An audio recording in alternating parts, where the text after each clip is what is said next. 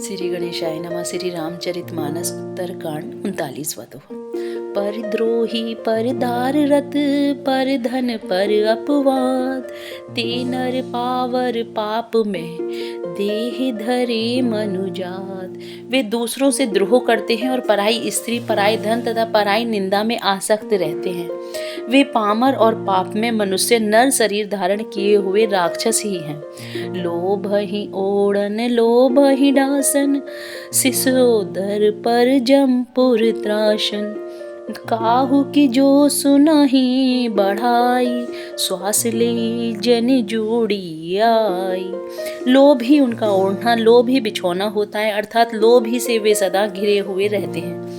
वे पशुओं के समान आहार और मैथुन के ही परायण होते हैं। उन्हें यमपुर का भय नहीं लगता। यदि किसी की बड़ाई सुन पाते हैं तो वे ऐसे दुख भरी सांस लेते हैं मानो उन्हें जूड़ी आ गई हो।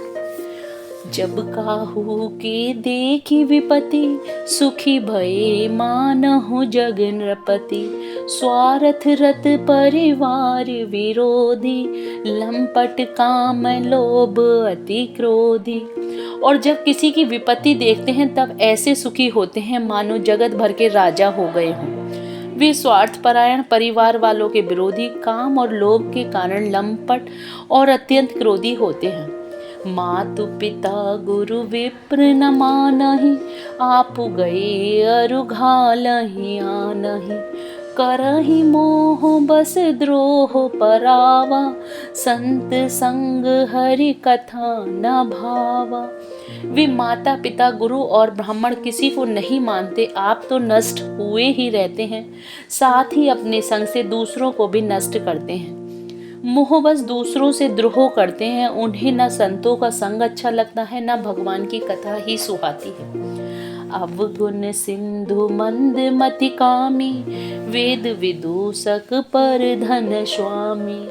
विप्र द्रोह पर द्रोह विशेषा, दंभ कपट जिय धरे सुवेशा। अब वे अवगुणों के समुद्र, मद बुद्धि, कामी, वेदों के निंदक और जबरदस्ती पराये धन के स्वामी होते हैं। वे दूसरों से द्रोह तो करते ही हैं, परंतु ब्राह्मण द्रोह विशेषता से करते हैं। उनके हृदय में दंभ और कपट भरा रहता है, परंतु वे सुंदर वेश धारण किए रहते हैं। 40वां दोहा। ऐसे अधम मनुज खल, कृत जुग त्रेता नाही। द्वापर कछुक वृंद बहु, होहि कलि जुग माही। ऐसे नीच और दुष्ट मनुष्य सतयुग और त्रेता में ही नहीं होते, द्वापर में थोड़े से होंगे और कलयुग में तो इनके झुंड के झुंड होंगे। परहित सरिस धर्म नहीं भाई, पर पीड़ा सम नहीं अधमाई। निर्णय सकल पुराण वेद कर, कहूँ तात जानहि को विद नर। हे भाई, दूसरों की भलाई के समान कोई धर्म नहीं है और दूसरों को दुख पहुँचाने के समान कोई नीचता नहीं है। हे तात, समस्त पुराणों और वेदों का यह निर्णय मैंने तुमसे कहा है, इस बात को पंडित लोग जानते हैं। नर शरीर धरि जे पर पीरा, करहि तिसहि महाभव भीरा। करहि मोह बस नर अघनाना, स्वार्थ रत पर लोक नसाना। मनुष्य का शरीर धारण करके जो लोग दूसरों को दुख पहुंचाते हैं, उनको जन्म मृत्यु के महान संकट सहने पड़ते हैं। मनुष्य मोह बस स्वार्थपरायण होकर अनेकों पाप करते हैं, इसी से उनका परलोक नष्ट हुआ रहता है। काल रूप तिन कह में भ्राता, शुभ अरु अशुभ कर्म फल दाता। अस विचारे जे परम सयाने, भजहि मोहि संसृत दुख जाने। हे भाई, मैं उनके लिए काल रूप हूँ और उनके अच्छे और बुरे कर्मों का फल देने वाला हूँ। ऐसा विचार कर जो लोग परम चतुर हैं, वे संसार को दुख रूप जानकर मुझे ही भजते हैं। त्यागहि कर्म शुभाशुभदायक, भजहि मोहि सुर नर मुनि नायक। संत असंत के गुण भासे, ते न बरहि भव जिन लखी राखे। इसी से वे शुभ और अशुभ फल देने वाले, कर्मों का त्याग कर देवता, मनुष्य और मुनियों के नायक मुझको भजते हैं। मैंने संतों और असंतों के गुण कहे। जिन लोगों ने इन गुणों को समझ रखा है वे जन्म मरण के चक्कर में नहीं पड़ते। 41वां दोहा। सुनहु तात माया कृत, गुण अरु दोष अनेक। गुण यह उभय न देखई, देखहि सो अविवेक। हे तात सुनो, माया से रचे हुए ही अनेक गुण और दोष हैं, इनकी कोई वास्तविक सत्ता नहीं है। गुण इसी में है कि दोनों ही न देखे जाएं, इन्हें देखना ही अविवेक है। सिरि मुख वचन सुनत सब भाई, हर से प्रेम न हृदय समाई। करहि विनय अति बारहि बारा, हनुमान ही हरस अपारा। भगवान के श्रीमुख से ये वचन सुनकर सब भाई हर्षित हो गए। प्रेम उनके हृदय में समाता नहीं, वे बार बार बड़ी विनती करते हैं। विशेषकर हनुमान जी के हृदय में अपार हर्ष है। पुनि रघुपति निज मंदिर गए, एहि विधि चरित करत नित नए। बार बार नारद मुनि आवहि, चरित पुनीत राम के गावहि। तदंतर श्री राम जी अपने महल को गए। इस प्रकार वे नित्य नई लीला करते हैं। नारद मुनि अयोध्या में बार बार आते हैं और आकर श्री राम जी के पवित्र चरित्र गाते हैं। नित नव चरित देखि मुनि जाहि, ब्रह्मलोक सब कथा कहाई। सुनि विरंचि अतिशय सुख मानहि, पुनि पुनि तात करहु गुण गानहि। मुनि यहाँ से नित्य नए नए चरित्र देख कर जाते हैं और ब्रह्मलोक में जाकर सब कथा कहते हैं। ब्रह्मा जी सुनकर अत्यंत सुख मानते हैं और कहते हैं, हे तात, बार बार श्री राम जी के गुणों का गान करो।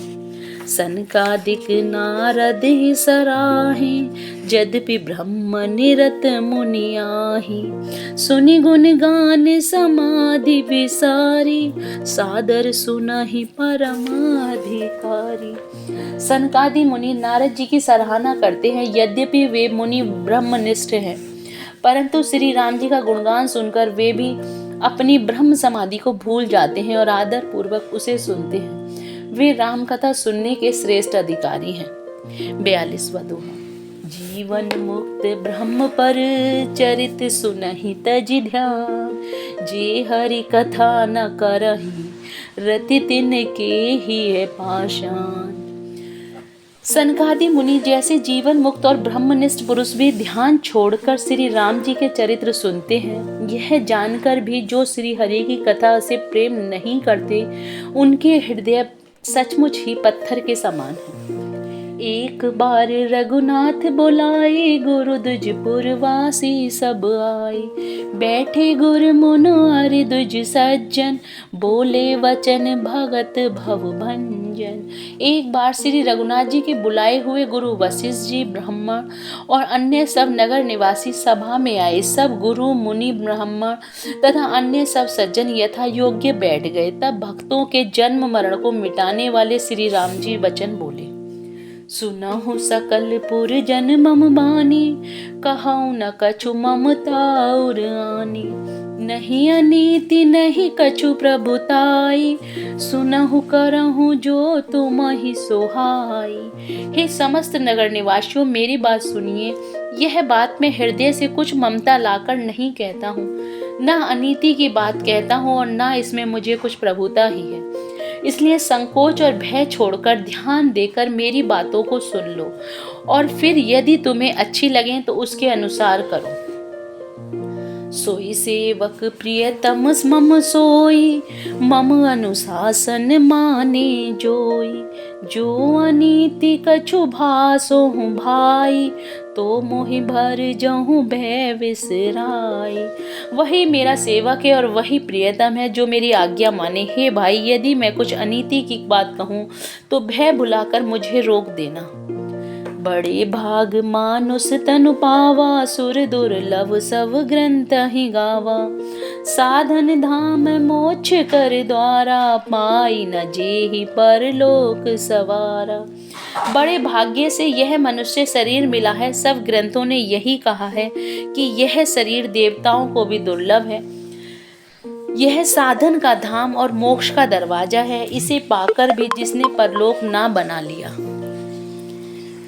43वां दोहा। सो परत सुख दुख पावही, सिर धुनि धुनि पछताई। कालहि कर्महि ईश्वरहि, मिथ्या दोष लगाई। वह परलोक में दुख पाता है और सिर पीट पीट कर पछताता है तथा अपना दोष न समझकर काल पर, कर्म पर और ईश्वर पर मिथ्या दोष लगाता है। एहि तन कर फल विषय न भाई, स्वर्गहु स्वल्प अंत दुखदाई। नर तनु पाई विषय मन देहि, पलटि सुधाते सट विष लेहि। हे भाई, इस शरीर के प्राप्त होने का फल विषय भोग नहीं है। इस जगत के भोगों की बात तो ही क्या है, स्वर्ग का भोग भी बहुत थोड़ा है और अंत में दुख देने वाला है। अतः जो लोग मनुष्य शरीर पाकर विषयों में मन लगा लेते हैं, वे मूर्ख अमृत को बदलकर विष ले लेते हैं। ताहि कबहु भल कहे न कोई, गुंजा ग्रही परस मनि खोई। आकर 4,84,000, जोनि भ्रमत यह जीव अविनाशी। जो पारसमणि को खोकर बदले में घुघची लेता है, उसको कभी कोई भला नहीं कहता। यह अविनाशी जीव अंडज, स्वदेज, जरायुज और उद्दिज 4 खानों और 84 लाख योनियों में चक्कर लगाता रहता है। फिरत सदा माया कर प्रेरा, काल कर्म स्वभाव गुण घेरा। कबहुक करि करुणा नर देहि, देत ईस बिनु हेतु सनेहि। माया की प्रेरणा से काल, कर्म, स्वभाव और गुण से घिरा हुआ यह सदा भटकता रहता है। बिना ही कारण स्नेह करने वाले ईश्वर कभी बिरले ही दया करके इसे मनुष्य का शरीर देते हैं। नर तनु भववार दिकहु बोरो बेरो, सन्मुख मरुत अनुग्रह मेरो। करन धार सद्गुरु दृढ़ नावा, दुर्लभ साज सुलभ करि पावा। यह मनुष्य का शरीर भव सागर के लिए बड़ बेड़ा है। मेरी कृपा ही अनुकूल वायु है। सद्गुरु इस मजबूत जहाज के कर्णधार हैं। इस प्रकार दुर्लभ साधन सुलभ होकर भगवत कृपा से सहज ही उसे प्राप्त हो गए हैं। जय Shri Ram. Please like and subscribe the channel.